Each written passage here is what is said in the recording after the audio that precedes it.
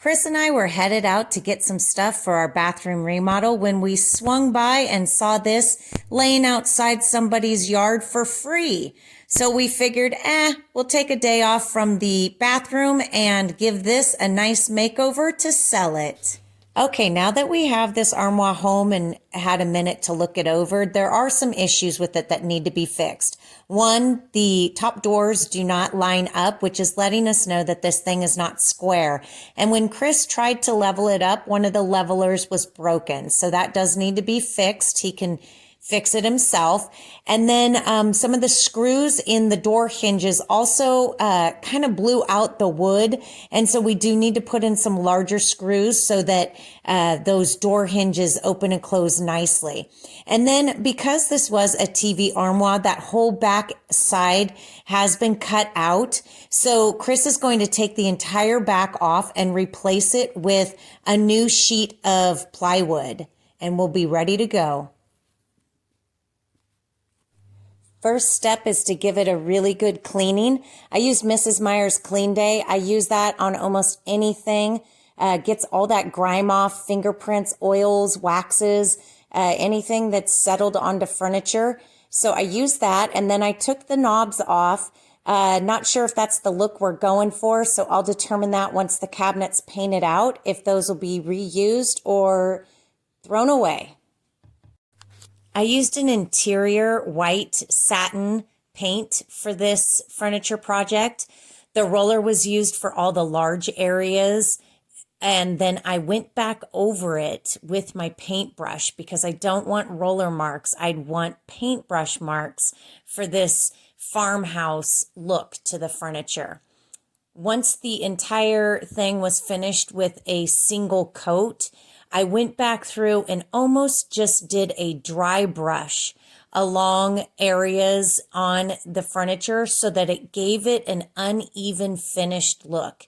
You don't want your project to look completely finished. If you're going for a farmhouse look, you kind of want age, so you want to make sure that you've got an uneven look to your paint. I did make sure though that I went with the grain of the wood. Anywhere that I painted, it was in the direction of what you would imagine the natural grain to be. So you want to follow that. Then Chris applied a piece of plywood, furniture grade, to the base of the interior to cover up a bunch of holes that the TV equipment had gone through with the previous owner. He also put a furniture grade piece of plywood along the entire back of the entertainment center. Because this is furniture grade plywood, it is going to be stained so that all that grain comes out.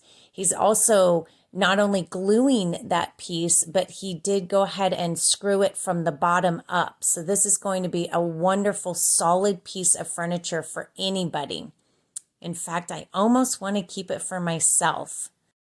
The last part of this project is to install 2 shelves. Chris is putting in these sidebars and gluing them and nailing them into place for security and stability for those shelves. The shelves will be removable if the new owner decides to take them out.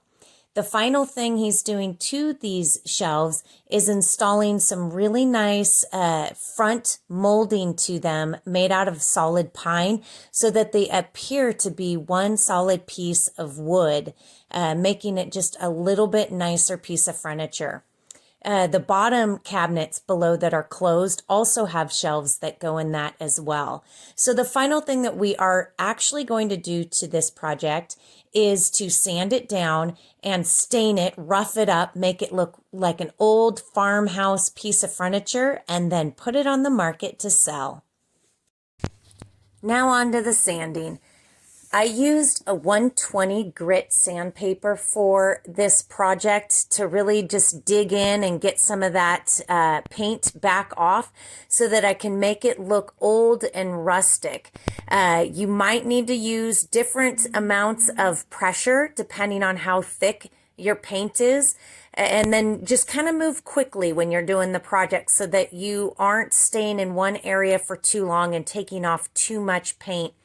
And then in other areas, you do need to go a little bit lighter so that you don't dig in and actually remove some of the wood. So it is a little bit tricky, but once you get the feel for it, you really can't mess this kind of stuff up. It's pretty easy to do.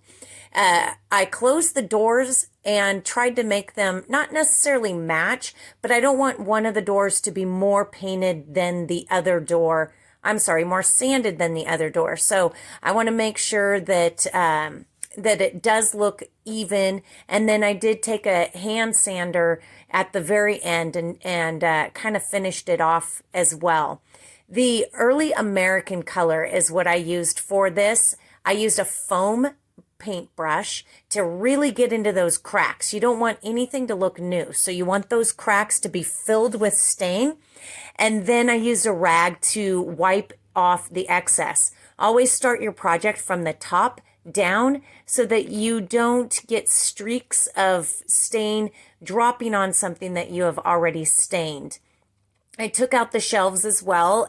Really handy that they were removable so that I could get into that project and really get the stain along the entire back in case the person buying it were to remove those shelves, then the stain was even.